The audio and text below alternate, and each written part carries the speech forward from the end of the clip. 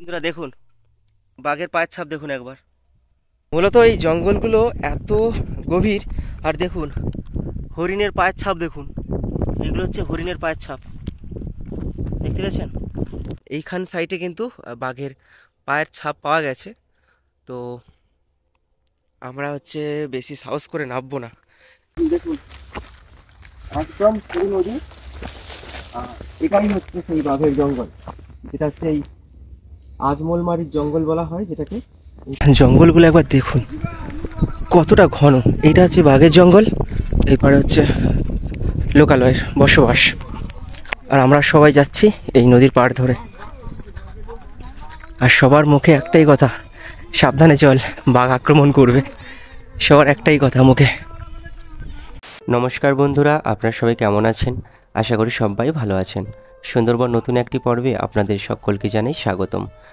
আপনারা নিশ্চয়ই বেশ কয়েকদিন হলো সোশ্যাল মিডিয়া প্ল্যাটফর্ম বা বিভিন্ন নিউজ পেপারে দেখেছেন সুন্দরবন বারবার শিরোনামে ঘোরাঘুরি করছে, যার কারণ ডোরা কাটার একটু উপদ্রব বেড়েছে, অর্থাৎ বাঘের আক্রমণও যেমন বেড়েছে এবং তার সাথে কিছু মানুষের মৃত্যুও ঘটেছে, তার সাথে কিছু মানুষ জখমও হয়েছে। তাই আজকের এই পর্বতে আপনাদের যেসব জঙ্গল থেকে বাঘ বারবার বেরিয়ে এসে লোকালয়ে হানা দিচ্ছে, সেই সব গ্রামে গিয়ে আপনাদের সেই বাঘের জঙ্গলটিকে কাছ থেকে দেখানোর চেষ্টা করব এবং সেই বাঘের জঙ্গলটির নাম আজমলমারির জঙ্গল।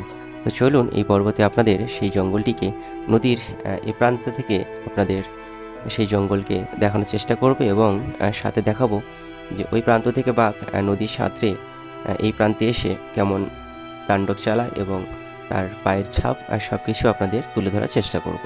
তাই সবার কাছে অনুরোধ এবং আমন্ত্রণ জানাই সুন্দরবনের এই পর্বটি পুরোপুরি দেখার জন্য।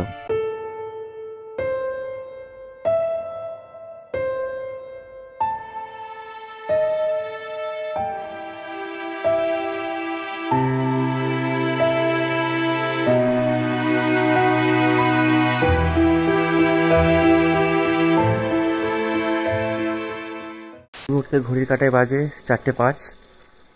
আর এখন আমি আছি আমাদের সুন্দরবনের একটি বাস স্ট্যান্ড। সেখান থেকে আমার রওনা দেওয়া শুরু হবে একদম সুন্দরবনের বাঘের জঙ্গলের কাছাকাছি। তো দেখুন একবার বাস স্ট্যান্ড কতটা নির্জন নিরিবিলি। এই সাইডে একদম শুনশান, গুটি কয়েক গাড়ি যাওয়া আসা করছে। আর এখন শীতের সকাল, তাই অনেকটা কিন্তু অন্ধকার হয়ে রয়েছে। আমরা চলে এসেছি সেই ঘাটের কাছাকাছি, আর সেই রাস্তা দিয়ে যাচ্ছি আমরা। এখন গিয়ে নদীর পাড়ে উঠবো, নদীর পাড়ে ওঠার পর নৌকো পেরিয়ে পৌঁছে যাব সেই গ্রামটাতে। চলুন, চলে এসেছি নদীর পাড়। আর এই যে নদীটা, এই নদীটাও একটা ঠাকুরার নদীর শাখা, নামটা ঠিক আমি জানি না। এই নদীটা পেরিয়ে গেলে সেই গ্রামটা পড়বে।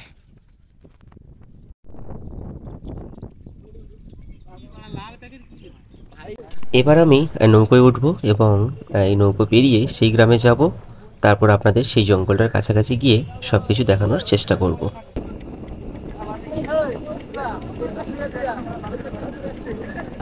নৌকো ছেড়ে দিয়েছে এবং কিছুক্ষণ পর আমি পৌঁছে যাব ওই পাড়ে গিয়ে কিছুটা আমাদের হেঁটে যেতে হবে। তারপর সাইকেলে করে গিয়ে সেই নদীর পাড় ধরে ধরে আপনাদের দেখানোর চেষ্টা করব।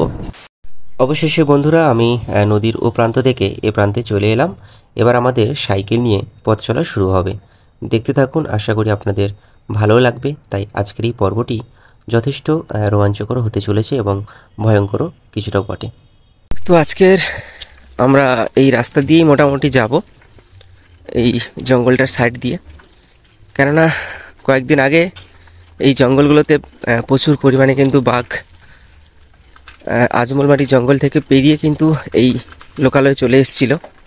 তো আপাতত পরিস্থিতি এখন শান্ত রয়েছে, কেননা এখানে ফরেস্ট ডিপার্টমেন্ট যারা রয়েছেন তেনারা কিন্তু সেই জঙ্গলটিকে জাল দিয়ে পুরো ঘিরে দিয়েছে, যার কারণে কিন্তু আপাতত পরিস্থিতি একটু শান্ত রয়েছে। তবুও আপনাদের এই জঙ্গলটার সাইড দিয়ে নিয়ে যাব, কেননা মাঝখানে যে নদীটা একদম সরু নদী।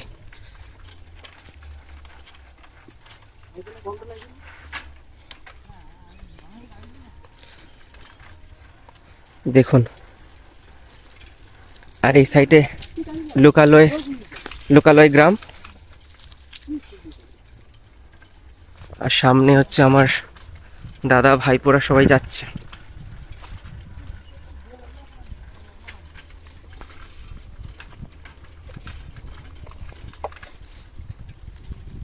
এবার আমি নেমে পড়েছি এই পথ ধরে যেতে যেতে একদম গভীর জঙ্গলের দিকে, কিন্তু এরকম একটা রাস্তা চলে গেছে। জানি না এই রাস্তাটা শেষ কোথায়, তবু গিয়ে আপনাদের একটু দেখানোর চেষ্টা করব। জায়গাটা কিন্তু অনেক গভীর, জানি না এই রাস্তাটা আরও কোথায় গেছে। দেখুন, এইসব জায়গাগুলো এত নির্জন, আর এইখান সাইডে কিন্তু বাঘের পায়ের ছাপ পাওয়া গেছে। তো আমরা হচ্ছে বেশি সাহস করে নামবো না, কেননা দেখাতে পাচ্ছি না। এইখানে একটা বাঘের পায়ের ছাপ আছে, তারপরে ওই সাইডে আছে। আর জায়গাটা একবার দেখুন কতটা গভীর আর ঘন জঙ্গলে ভর্তি। আর এই পাড়ে যে নদীটা রয়েছে, এই নদীটা হচ্ছে ঠাকুরার নদী বা মাতলা নদীর কিছু একটা শাখা হবে। এই সেই জঙ্গল, যেই জঙ্গলের পর রয়েছে কিন্তু একটা নদী, তারপরে রয়েছে কিন্তু বৈঠামারির জঙ্গল, যেখানে এই 19 তারিখ এক জেলে ভাই কর্ণধর মণ্ডল তিনি কাঁকড়া ধরতে গিয়ে বাঘের আক্রমণে তিনার মৃত্যু হয়, এবং তিনার আর বাড়ি ফিরে আসা হয়নি কাঁকড়া নিয়ে। ওনার বাড়িতে থাকেন কিন্তু ওনার স্ত্রী, একজন মেয়ে অর্থাৎ কন্যা, এবং অসুস্থ বাবা। তিনার উপর কিন্তু সব কিছু এই সংসারের দায়ভার থাকতো, কিন্তু তিনি আজ এই পৃথিবীতে নেই। জানি না ওনার পরিবার কেমন আছেন। তো বিভিন্ন সোশ্যাল মিডিয়াতে নিউজ পেপারে দেখেছেন অনেকে ওনাদের বাড়িতে গেছেন, করছেন, কিন্তু আমরা আর যাব না। সত্যি খারাপ লাগছে ওনাদের এই মুহূর্তটা। ওনাদের কাছে বারবার কথা জিজ্ঞেস করে মনে করে দেওয়ার আমাদের মনে হয় করাটা ঠিক হবে না, কারণ সদ্য এই ঘটনা ঘটেছে, যার কারণে আমরা এইসব করবো না। আপাতত এই জঙ্গলটা চারদিক ঘুরে দেখাবো আপনাদের। আজকে কিন্তু আমরা তিনজনেই সাইকেল নিয়ে এসেছি একদম সুন্দরবনের এই জঙ্গলের পাড় ধরে যাওয়ার জন্য। তো চলুন যেতে দেখি দেখি আপনাদের সব কিছু এই ভিডিওর মাধ্যমে তুলে ধরার চেষ্টা করব। চলো সবাই মিলে। একদম সুন্দরবনে শেষ এতে।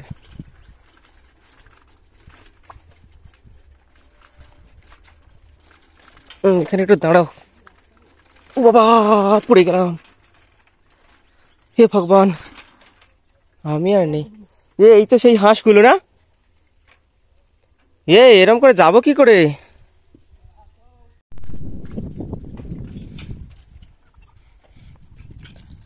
একদম নির্জন একটা পরিবেশ, বাহ।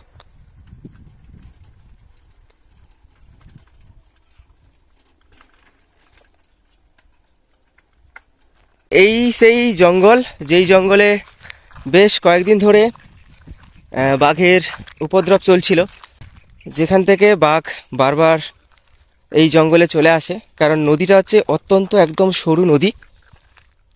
এখন যেহেতু একটু বাঘের উপদ্রব একটু কমেছে, কেননা ফরেস্ট ডিপার্টমেন্ট যারা রয়েছেন তারা কিন্তু তিনারা কিন্তু জাল দিয়ে জঙ্গলটাকে ঘিরে দিয়েছে, যার কারণে কিন্তু তেমন আর বাঘ এই কয়েকদিন হলো বেশ পারাপার করা একটু বন্ধ করেছে।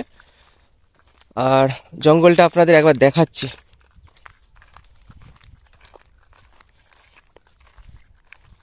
চলুন।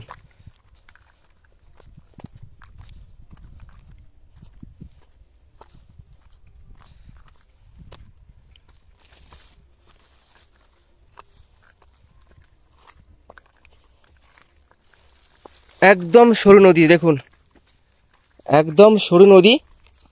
আর এটাই হচ্ছে সেই বাঘের জঙ্গল, যেটা হচ্ছে এই আজমলমারির জঙ্গল বলা হয় যেটাকে। এইটা হচ্ছে সেই বাঘের জঙ্গল। আর এই নদীটা একদম, যেহেতু এখন জোয়ার হচ্ছে, নাহলে আরও সরু হয়ে যায়, বাঘ সাঁতার কেটে অনায়াসে এপারে চলে আসে, এইসব লোকালয়ে চলে যায়। বন্ধুরা দেখুন, বাঘের পায়ের ছাপ দেখুন একবার, এগুলো সব বাঘের পায়ের ছাপ, দেখতে পেয়েছেন? জোয়ারের জল উঠেছিল বলে ঘেঁটে গেছে, না হলে কিন্তু পায়ের ছাপ, পায়ের ছাপ, হরিণের ছাপ, বন্য শুয়োরের পায়ের ছাপ পুরো ভরপুর হয়ে রয়েছে এখানে দেখুন।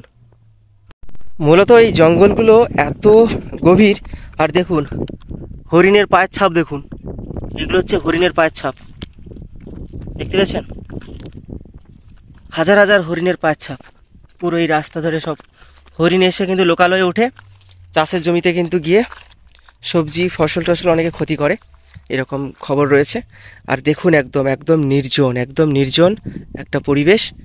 আর ওই পারে রয়েছে কিন্তু আজমলমারির জঙ্গল, যেখান থেকে শুধু বাঘের উপদ্রব বারবার সোশ্যাল মিডিয়াতে দেখা যাচ্ছে, শোনা যাচ্ছে। তাই আজকে আমরা এই জায়গাটাতে একটু ঘুরতে এসেছি। অনেকে বলেছিল যে বাঘ আপাতত এখন নেই, তাই আমরা এই জঙ্গলটাতে নেমেছি। তো চলুন আজকের ভিডিওটা এই পর্যন্ত। পরবর্তীতে এরকম আবার কোনো একটা ভিডিও নিয়ে আপনাদের সঙ্গে হাজির হব। আজকের মতো বিদায়।